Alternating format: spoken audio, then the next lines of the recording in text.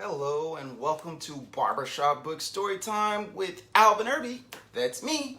Today's story is another one of my favorites by Patricia Palacco. The name of today's story is called Mr. Lincoln's Way. Let's take a close look at the cover of today's story. So I see a guy with a tie on and he's playing with some kids. I think he's a teacher. Actually, I know he's a teacher because I've read this book before. But Mr. Lincoln's Way. Usually when you talk to a teacher, you put a Mr. or a Miss in front of it. So there's some keys on the book cover that let us know what's happening in the story. So Mr. Lincoln, I think that might be this guy right here. We're going to find out. Let's get into the story. Mr. Lincoln's Way. Mr. Lincoln was the coolest principal in the world, or so his students thought. So Mr. Lincoln is a principal, not a teacher. Well, maybe he was a teacher before he became a principal. He had the coolest clothes, he had the coolest smile, and did the coolest things. He had tea parties with Mrs. West's kindergarten every spring. He took Mr. Bliss's sixth graders on nature walks in the fall. He set up his telescope next to the pond in the back of the school on special nights and invited kids and their families to come and look at the stars. Wow!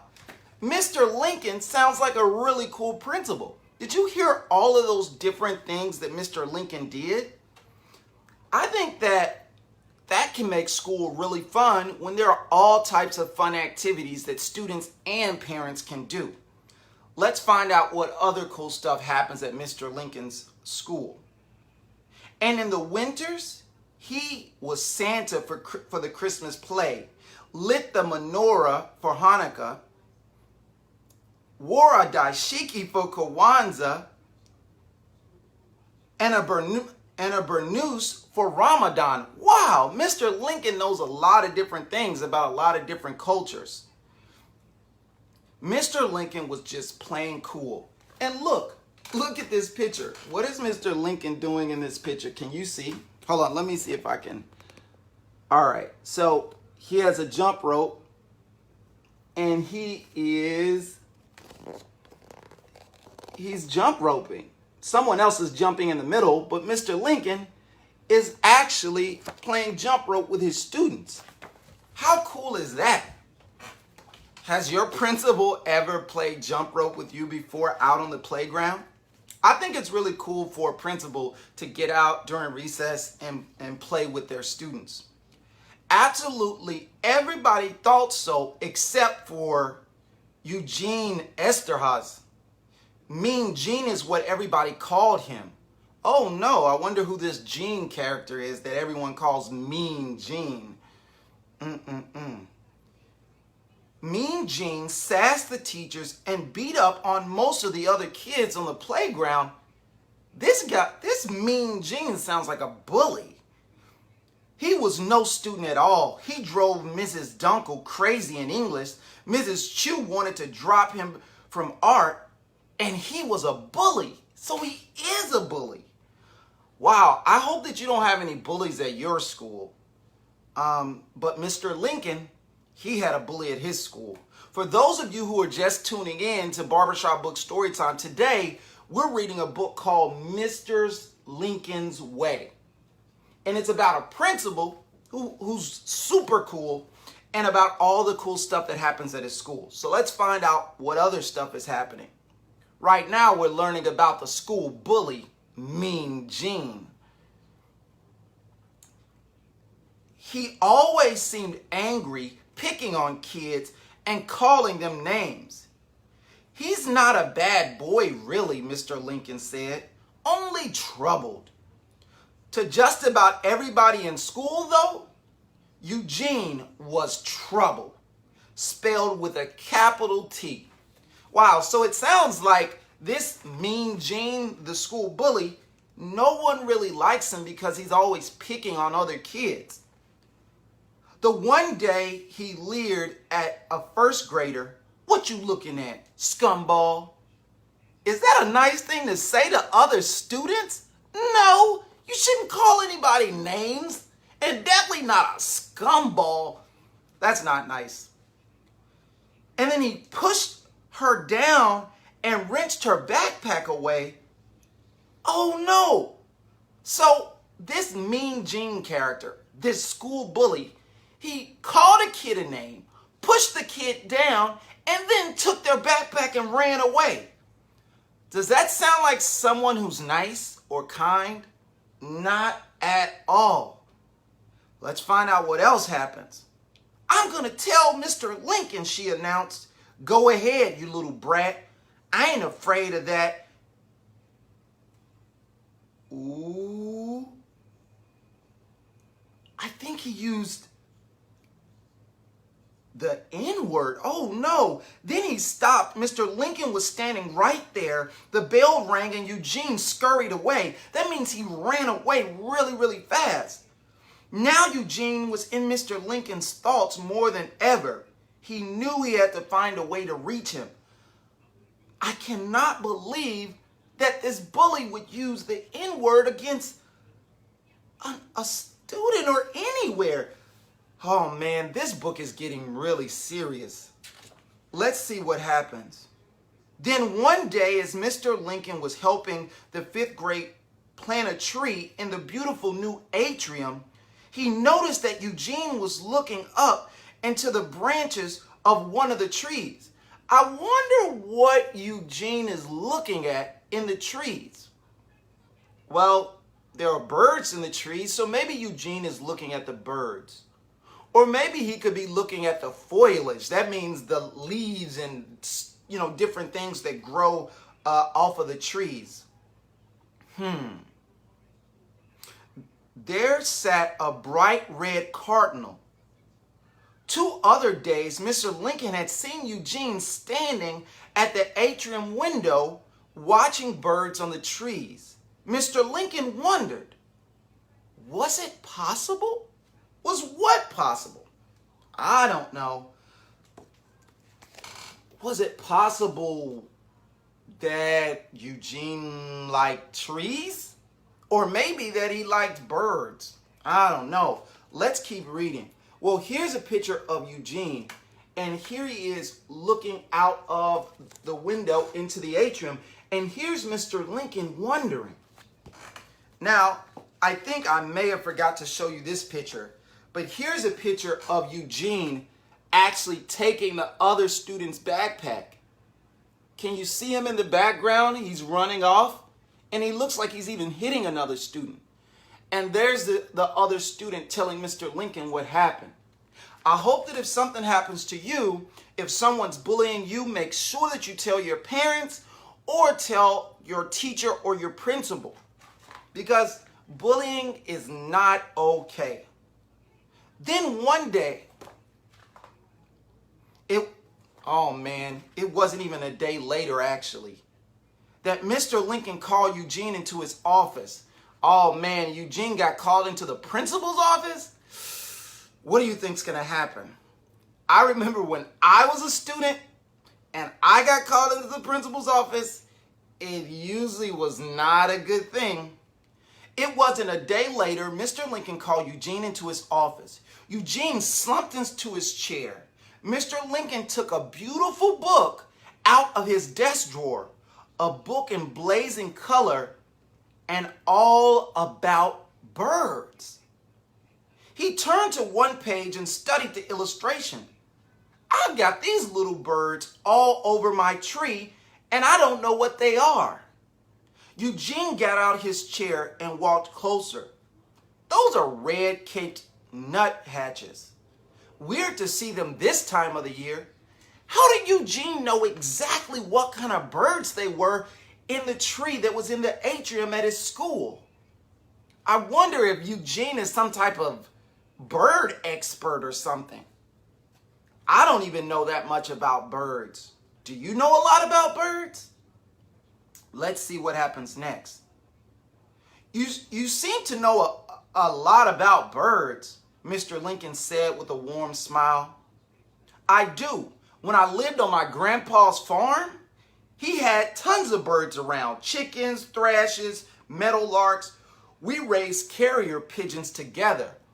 Oh, so Eugene, he lived with his grandfather and they learned about birds together. So that's kind of why Eugene is like an expert in birds. Well, that's pretty cool. Are you an expert in anything? Like, are you an expert in dogs or cats or birds or maybe cars? What about an expert in shoes? You can actually be an expert in anything. And in this story, which today's story is called Mr. Lincoln's Way, there's a bully named Eugene. Everyone in the school calls him Mean Gene. And it turns out he's an expert in birds. That's kind of cool. Not that he's a bully, but that he's an expert in birds. Let's keep reading the story. You've got quite a grandpa, Mr. Lincoln said, but Eugene just turned his back on Mr. Lincoln and left the room. So Mr. Lincoln was showing Eugene this cool book about birds. See, look, you can see it right here. And I think Eugene kind of likes this book, but as soon as Mr. Lincoln said that he had a cool grandpa, he just walked away and left the room. A week had gone by when Eugene ran into Mr. Lincoln by the atrium looking glum. I have a problem, Mr. Lincoln said. So? Wow, Eugene really is mean. He just said so to the principal. That atrium was supposed to be full of birds, but they're just not coming. The principal looked into the empty atrium. Wrong plants in there to make them want to stay.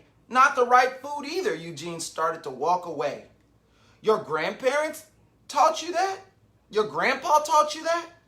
Eugene turned and looked at Mr. Lincoln for the first time. Maybe. Do you suppose you could help us attract birds for the first time, maybe? Do you suppose you could... Mr. Lincoln handed him the book. And perhaps this would help.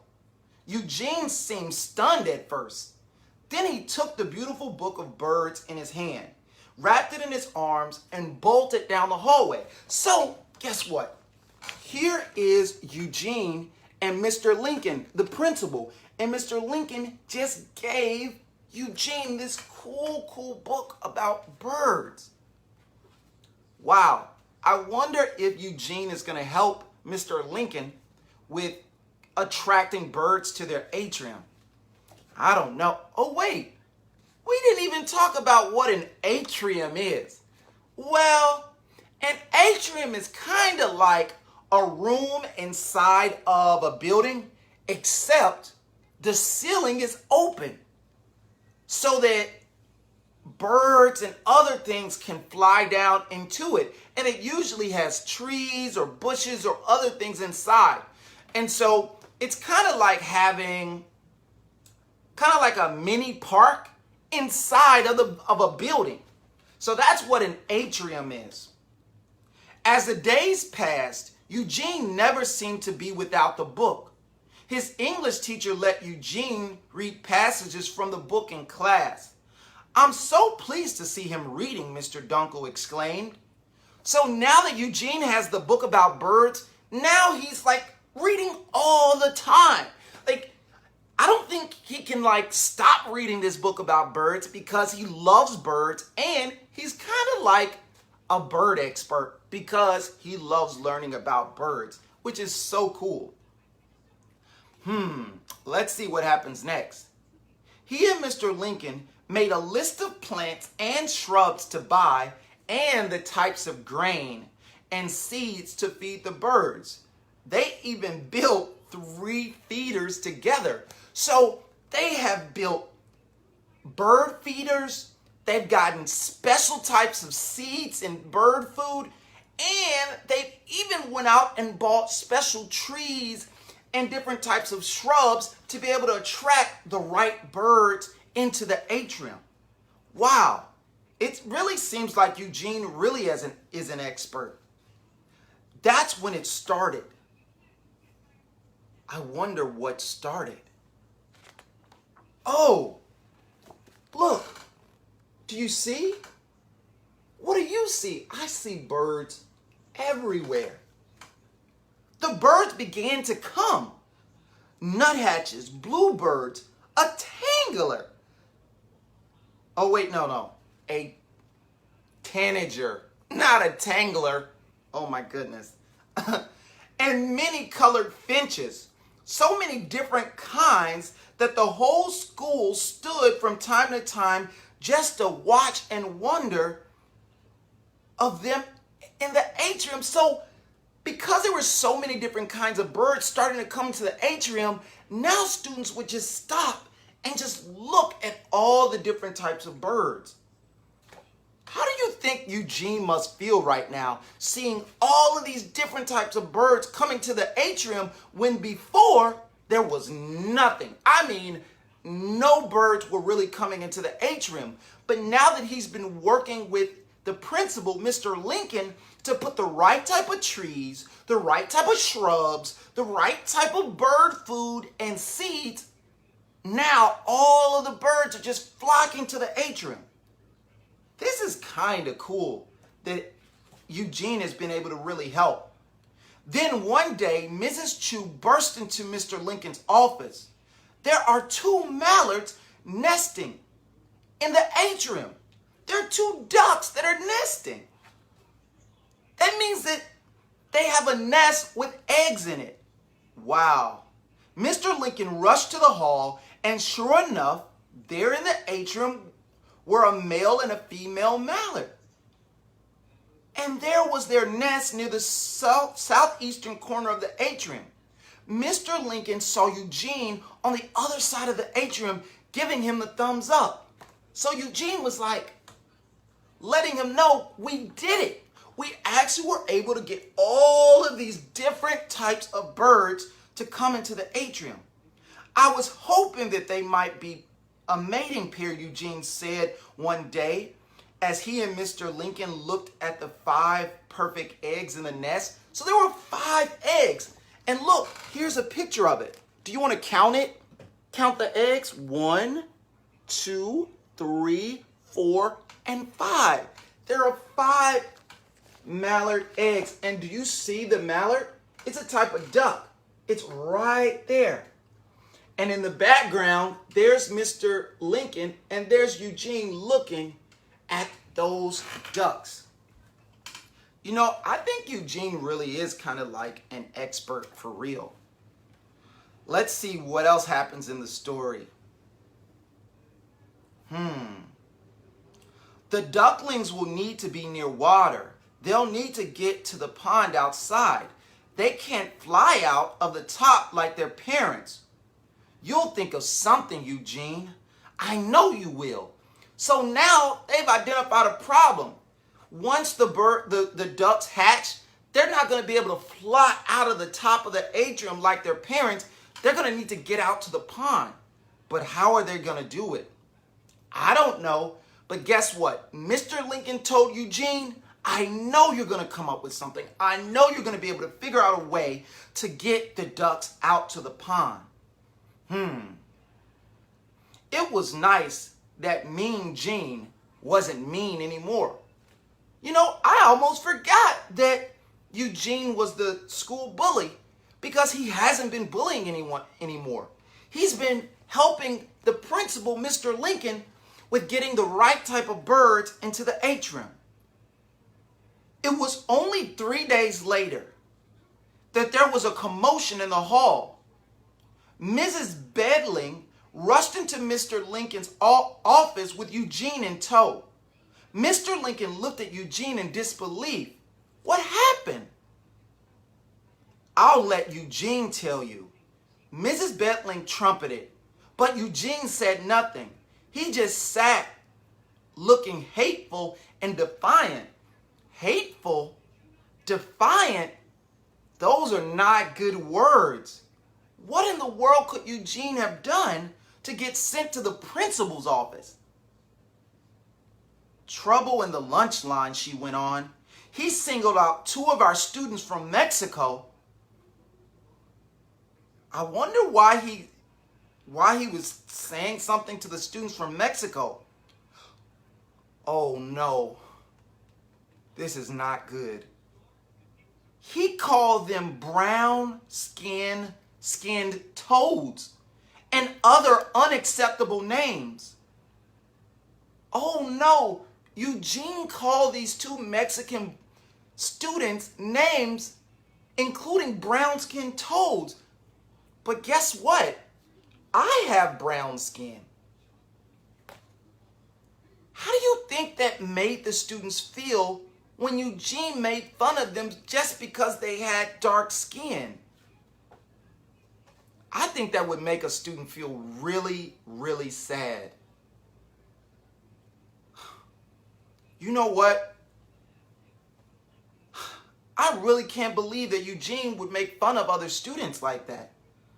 I'll take care of this, Mr. Lincoln said quietly. Mr. Lincoln sat down in front of the boy. Eugene, my skin is brown too. Eugene just glared at Mr. Lincoln. This I know, Eugene. Someone who loves birds the way you do couldn't possibly have that kind of hate in his heart. Then Eugene began to cry. My old man got real mad at me when I got home late from helping you. He sobbed. Sob just means that he cried. And so Eugene was crying while he was talking to Mr. Lincoln. And he said, you're not of our kind. Not of our kind?